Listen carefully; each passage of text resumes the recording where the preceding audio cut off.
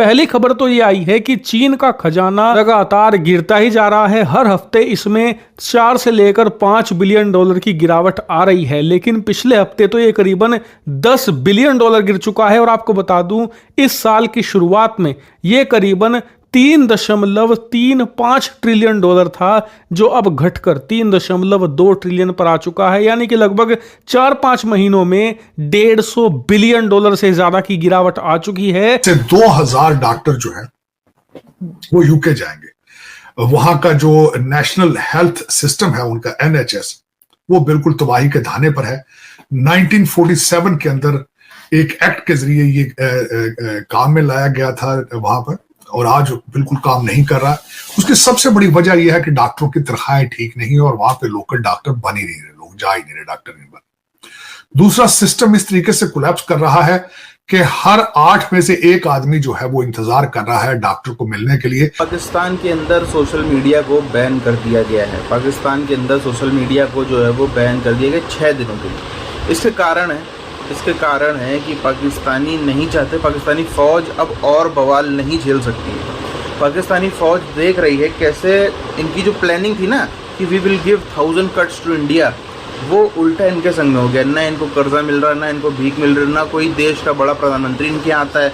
इनका प्रधानमंत्री कहीं जाता है तो उसको इज्जत नहीं मिलती, भगा दिया जाता है। रूस में भी आप देख लो, रूस एग्जाम्पल है, चीन एग्जाम्पल है, सऊदी एग्जाम्पल है, दुनिया भर के एग्जाम्पल भरे पड़े हैं। KPK में TTP, बलूचिस्तान में BLA, POK गिलगित बल्तिस्तान के अंदर जनता नहीं, इनको बहिष्कार कर दिया, जनता इनको सर फोड़ फोड़ के वापस भेज रही है। सिंध के कई ज़िलों में TTP घुस गई है। लाहौर कराची जो शहरी इलाके हैं जितने, उसमें जनता निकल आई है, कहीं PTI के नाम पे, कहीं किसी के नाम पे जनता जो है आगजनी जलाओ घेराव कर रही है। तो हर तरीके से 1000 कट्स पाकिस्तान को आज मिल चुके हैं। सिर्फ एक हफ्ते में चीन के पास 180 बिलियन डॉलर का सोना था, जो कि गिरते गिरते 175 बिलियन डॉलर पर आ चुका है। और खुद चीन की सरकार कह रही है कि आने वाले जो जुलाई से लेकर दिसंबर तक 6 महीने हैं, इन महीनों में भी हर हफ्ते हमें गिरावट की उम्मीद है। हालांकि चीनी सरकार कह रही है कि हम इस गिरावट को कंट्रोल करने की कोशिश कर रहे हैं, लेकिन एक बात तय है कि खजाना लगातार गिरेगा। उसके अनुसार 28% की गिरावट आई है पिछले साल के मुकाबले, और इस साल चीन के अंदर करीबन 450 बिलियन युआन इन्वेस्टमेंट आया है, जबकि पिछले साल ये आंकड़ा करीबन 650 से 700 बिलियन युआन था। यानी कि एक मैसिव फॉल आया है, और ये फॉल रुकने का नाम नहीं ले रहा, ये लगातार बढ़ता ही जा रहा है, क्योंकि चीन के अंदर विदेशी निवेशक तेजी से अपने निवेश में कटौती कर रहे हैं। उल्टा पिछले 20 सालों में जो पैसा लगाया है इनके मार्केट में, और ये इतनी ज्यादा बड़ी बात क्यों है और भारत के लिए खुशखबरी क्यों है, वो इसलिए क्योंकि अब से कुछ साल पहले की तो बात है, चीन के अंदर भारत के मुकाबले कम से कम 10 गुना ज्यादा FDI यानी कि विदेशी निवेश आया करता था। आज स्थिति क्या है? स्थिति यह है कि भारत में एवरेज हर साल 70 बिलियन डॉलर का विदेशी निवेश आ रहा है, और चीन के अंदर कितना आया है? लगभग 442 बिलियन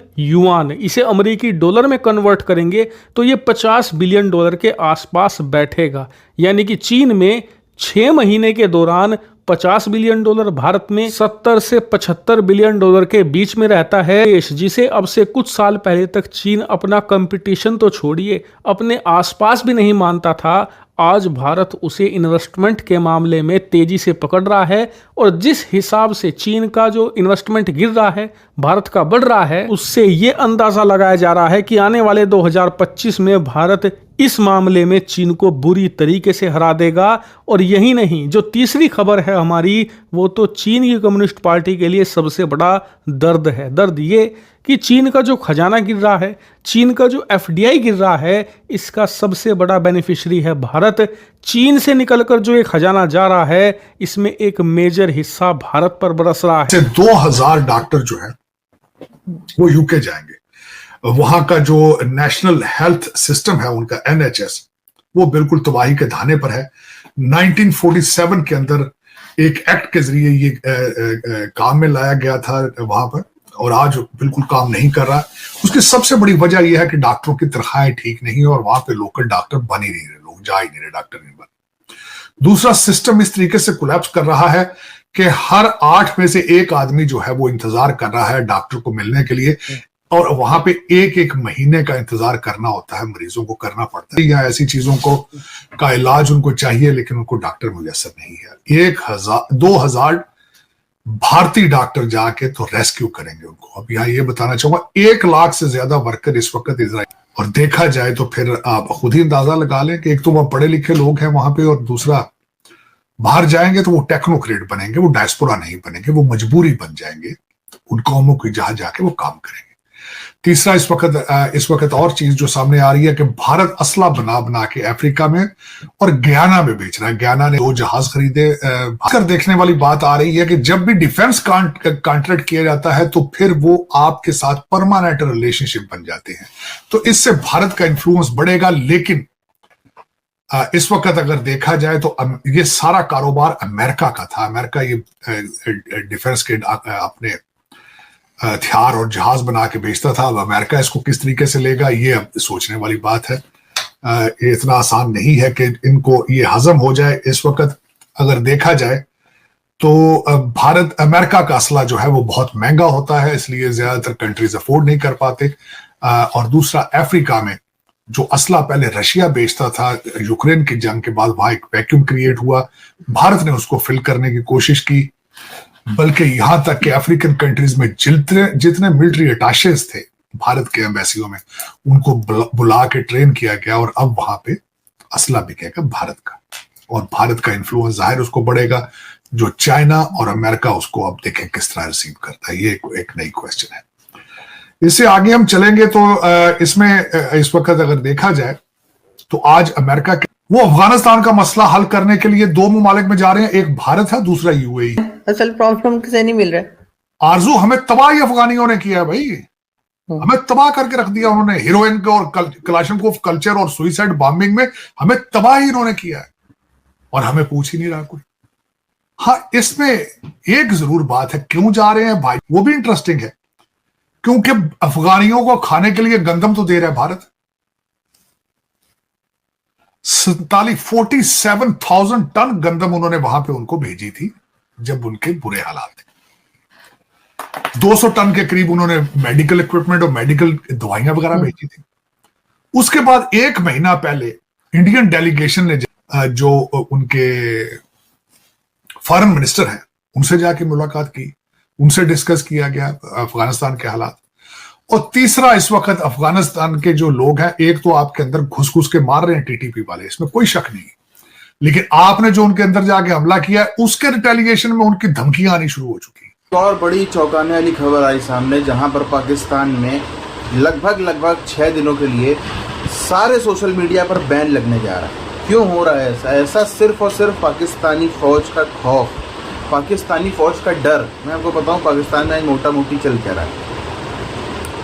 पाकिस्तान के जितने ज़िले हैं, चारों राज्य मिला लो, अब 80% ज़िलों में पाकिस्तानी फौज मुंह की खा रही है। कैसे? पीओके गिलगित बल्तिस्तान का जो इलाका है वहाँ पर चल रहे हैं ज़बरदस्त किस्म के प्रोटेस्ट। वहाँ पर जनता ने जो है वो गर्दन दबोच ली है पाकिस्तानी फ़ौज की, घुसने नहीं दे रहे हैं।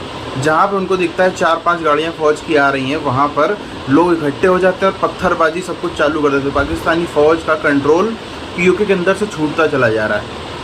कुछ इलाके तो इतने सेंसिटिव हैं कि वहाँ पर पाकिस्तानी फ़ौज को पिछले कई हफ्तों से एंट्री नहीं मिल पाई, और पीओके वालों के पास इतने ज़्यादा रिसोर्सेज नहीं है, इसलिए इतना ज़्यादा खूनी आंदोलन उनको नहीं दिख रहा है जैसे कभी बंगाल में दिखता था, ईस्ट बंगाल में बांग्लादेश बनने के टाइम पर वैसा कुछ नहीं दिख रहा है। मगर एक जनता के बीच में गुस्सा है, जितना उनका बजट है, जितना वो कर सकते हैं उतने ज़्यादा वो हिंसक आंदोलन को जन्म दे रहे हैं।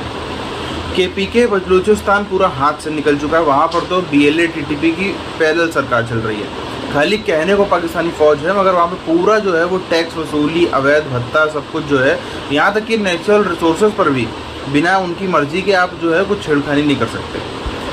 सिंध के कई सारे इलाके हैं, अभी तो मात्र 6-7 ज़िले हैं, लेकिन धीरे धीरे नेटवर्क मजबूत हो रहा है। धीरे धीरे पूरा सिंध उड़ा ले जाएगा TTP, जैसे पूरा KPK उड़ा लिया। अभी 7-8 ज़िलों में, 6-7 ज़िलों में पूरा कंट्रोल जो है वो उसने अपनी जड़ें जमा ली है TTP ने। साथ ही साथ में शहरी इलाकों में आप आ जाओ, चलो शहरी इलाकों में टीटीपी नहीं है, वहाँ पर बीएलए नहीं है, कुछ भी नहीं है, ये मानने वाली बात है। ये सब ग्रामीण इलाकों में ज़्यादा होता है। बट कराची में चल रहे हैं भयानक किस्म के आंदोलन, बिजली बिल के नाम पे, इसके नाम पे, उसके नाम पे, सब चीज़ों के नाम पे भयानक किस्म के आंदोलन चल रहे हैं। जनता सड़क पर है, जनता तोड़फोड़ मचा रही, जनता जो है वो गाड़ियाँ तोड़ रही हैं, आगजनी करना, जलाओ घिराव करना, ये सब चीज़ें चल रही हैं। इतने ज़्यादा हर जब पूरा आपका देश जो है, आप जो ये बोलते हैं ना पाकिस्तानी के इंडिया को 1000 कट्स देंगे, इंडिया को तो 1000 कट्स देना दूर की बात है, पाकिस्तान को 1000 कट्स जो है वो आज लग चुके हैं।